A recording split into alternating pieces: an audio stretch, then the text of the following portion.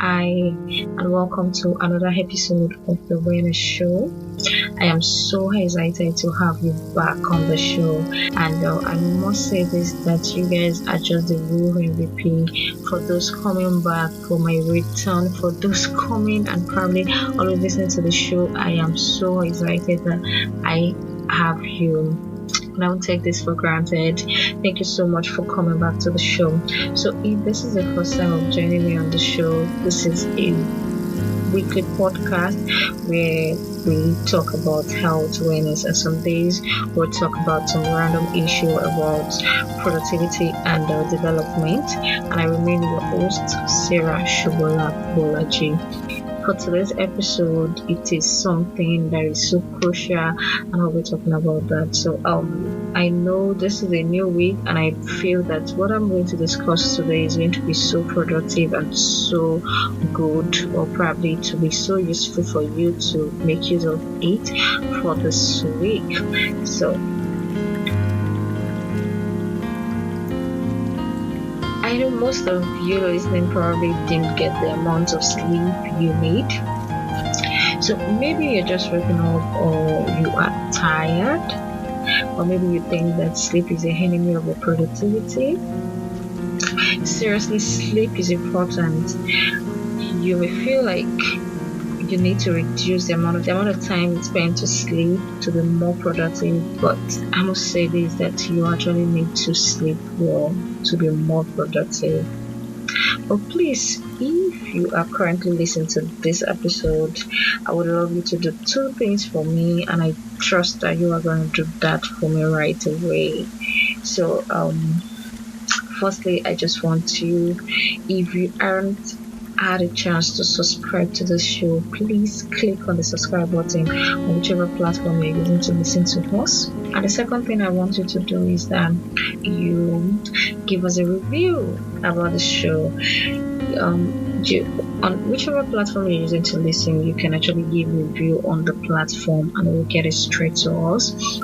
And if you feel like you are not getting your way out in the process of you trying to review on the platform, you can go straight to our Instagram handle at the Awareness Show and give your review there. We look forward from hearing a review from you, and I will be so glad if you can do that for me.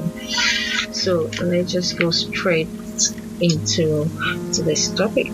The first and the most important thing I need you to know is that time is fixed. And even the scientists might have not to pick with that, but they have alarm clock and calendar just like the rest of us, and we all got 24 hours in a day. That is 168 hours in a week. And if time is fixed, we are not going to get any more. So thankfully, time is not only our resources, we also possess stores of renewable, expandable mental and physical energy.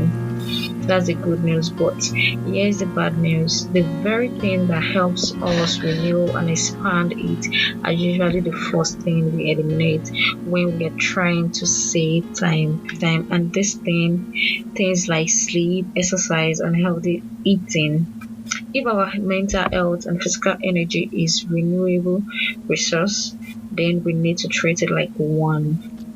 It needs to be cared for and managed, and that means that we have to restore the very thing that we typically cut out when trying to save time. And what's that? Is always lack of sleep. You're trying to save time, and then you have to reduce the amount of time you use to sleep. So I must say that lack of sleep has actually cost us a lot, and you might not even notice that until you have to sit down and then review. It cost us our career, our health, legacy, sanity, and our family. So for this podcast, probably I'll just focus on our career and I'll focus on health and probably touch on the others. So for the career, sometimes we think that extra hours we work make us more productive, but That's not true. Research actually shows that putting in extra hours for a short stretch is okay, but after that, if we make it probably like a no, our productivity takes a dive. That is, your productivity level has to come down. And that's why you have to just work on your sleep. So for having lack of sleep actually costs you your health too. And the reason is that because of the hours we work, most of us don't get the sleep we need. You spend too much time working. Some people even have to work like some people work 8 hours in a day, some people work more than that. Even the 8 hours, you still continue. Probably on your way, you're still working. When you get home, you are still working. So most of us don't get the sleep we need. So to save time in the kitchen, we eat for convenience's sake and not for nutrition. And then sometimes we don't even get enough exercise, and our rest and realization often look like it's collapsing or probably exhausting in front of the TV, or mindfully clicking away time on your phone, online, just checking some things. The time you're supposed to use to sleep, you're using it to press your phone or probably to watch TV when you have to sleep. So getting enough sleep is actually a very good one, and I am going to be giving you some tips that will help. And I think I need to talk about you the cause of lack of sleep. Some of us tend to even go to the extreme of using sleeping pills, drugs to make you sleep. Why do you have to get to that level before you know that you need to do some things about it? So that's why you just have to structure what you do to embrace enough sleep. So I would tell for this episode I'm going to focus giving you some tips that you can use to embrace sleep. And I must tell you that sleep is one of the best way to keep your immune system functioning well and intact. So if you want your immune system to still function well, you have to sleep well, you have to eat well, and you have to exercise. So those three things you have to do: sleep, exercise, food, that is healthy food. You have to eat healthy. So how do you tend to get enough sleep? And before that, I have to tell you the importance of sleep. That if you have to sleep, you can accomplish more during the day, because sleep keeps us sharp. That is, it helps to improve our mental performance, it reduce fatigue, and then make us to create the ability for you to focus well. And one thing is that our mind are buzzing when we sleep, integrating new information learned and during the day. So if you are getting enough, it helps you to retain more information better. So sleep also helps to refresh our emotional state. So sleep reduces the stress chemicals to the brain in the brain, and it dies back the part of the brain that process emotion. So we start to we start afresh if we invest in our sleep. So all I'm just saying is that sleep keeps us sharp. Sleep helps us to remember, learn, and grow. Sleep reduces stress for us. That is, it helps us to refresh our emotional state, and sleep revitalize our body.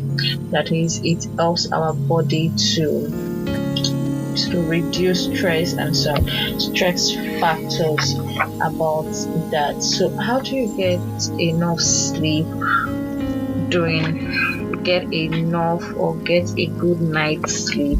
So the first thing I have to say is that commitment. You have to be committed. It is easier to just go on than to go to bed. You can just be pressing your phone all through and you find yourself just up, or probably some people even tend to watch film overnight, and mostly the movie that would keep you awake all through the night. If you're using that movie to probably you're a film producer or you're into film production, maybe you are using it to improve yourself or probably to learn new things, it's allowed. But it's just for you to watch movie and then you are depriving your sleep because of a movie. It doesn't make sense. I know you can change, so you have to be committed. It's easier for you to just go on, checking on the online to see what is happening, the latest information, and then for you to go to bed is actually very hard, and that is called bedtime procrastination. So you have to be determined to go to bed at a certain time, that is at a set time, and then do it, like be committed to it. So some people even recommend setting an alarm, and that alarm is not just to wake you, but it's for you to remember your bedtime. That is the time you have to go to bed. So that's for commitment. And another tip is that you have to have a pattern. That is, have a ritual you follow every bedtime. That is the things that actually help in making the transition to sleep. That is such as you getting a warm bath or cup of herbal tea before you sleep. That is what you do before you sleep. The last thing you do that you before you sleep. You can, some people go with prayer and devotion. They pray before they sleep, and then the prayer and the devotion is the last thing they do at night. So your brain is being configured to it that when you pray and you have your devotion, the next thing you have to do is for you to sleep. And some people go with just having a novel that is being saved for your bedtime, so you can just read to sleep. Oh, this is the last thing I do. I just read a novel for like 30 minutes before I sleep, and then I drop it, I sleep off. So the key thing is that you have to follow the same pattern most nights. Even on weekend, you still have to follow the pattern.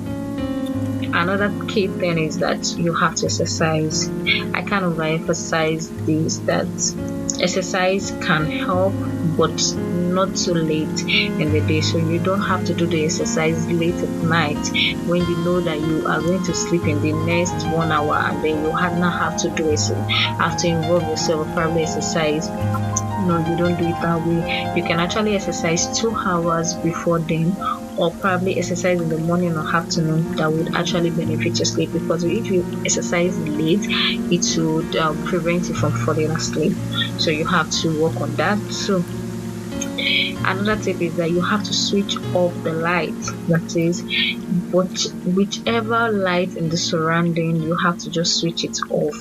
So some people, I think sleeping without light, most time when I do it, I sleep without light, and I just notice that I have a very sound sleep, like a good sleep, night rest. So you can, the main most thing is that you need to just kill that light. More than 9 to 10% of us use the electronic device before sleep. Like you press your phone before sleeping, your phone light is on. Some people even have to on the alarm and all sorts. So, but what you just do is that this light can compromise our slumber. It can prevent you from sleeping or from having a very sound sleep. You just feel that you're waking up at interval because there is a light on, and your mind is there, and your eyes too. You are just still stressing your brain, making your brain to see that it's more or less like you're in the day, and our brain functions so fast. So you have to off those lights, turn them off. It's actually best for you to turn off your device an hour before bedtime, block all the lights coming into your room, and have a very good night's rest. Next thing I will say is that you just have to forget about work. When you are done with work, forget about work. You don't have to stress yourself over some things. So let the report or probably anything wait till the next morning. If you can't let something go, what you just do is that you can write it down, and after writing it down, lay on your bed and sleep. So when you wake up in the morning, what you've written down, you can easily remember that, okay, this is what I wanted to do, this is the report I wanted to give in the morning. Those things can actually wait till the next morning, so you don't have to stress yourself over some things. I'm supposed to talk about nap, that is napping during the day, because it's actually good for us too, but I won't really focus on that. So the last thing I'm going to say is that get and stay physically healthy. So one thing is that it's so easy for you to cut corners in your diet, your exercise, and the reason is that you just most time stress and inability to sleep actually make you to neglect your diet and your exercise, which is so important. I mentioned 3 key things that you need to do is for you to sleep, eat healthy, and exercise. They're actually good for your immune system. So we cut corners for our diet and our exercise, and you see, one thing about this thing is that it's so crucial in our daily living, which we have to do. So instead of you trying to prevent yourself, okay, you don't want to stress yourself or probably enter the kitchen, you can create time to do those things. Create time for your exercise, for the time you exercise. Create time to prepare a good meal for yourself, or probably hire somebody that will do that for you. Just create time. Don't just eat what you enjoy at the moment. Instead, eat for the effect it will have later on you. So I would say that our high carb, the high calories, and the high carb that we eat, highly processed diets are making us sluggish in the short term, fat and sick in the long run. So what I would say is that you can easily work on this thing. So guys, sometimes you feel like sleep is hindering your productivity. You end up staying up late to finish things, but you keep falling further and further behind. Lack of sleep is one of the biggest productivity problems, no doubt. You need to shift from avoiding sleep to embracing it. Give sleep a big old hug. Enjoy it. You have a better energy. You will be more productive. You sleep better. You have less stress about work and about sleep. Just embrace the sleep and sleep well. Thank you so much for joining me. So that is all for this episode. Thank you so much for joining me on the show today, and I want to say that thank you for staying tuned to the end. This is such a wonderful thing, a wonderful moment with you. I will really want you guys to probably give us feedback about the program, if you enjoy it, and what you have been able to gain with the podcast. Thank you so much for listening. I remain your host, Shobola Sarah Bolaji. Thank you, and I'm gonna see you on the next episode next week Sunday. Stay tuned. Bye.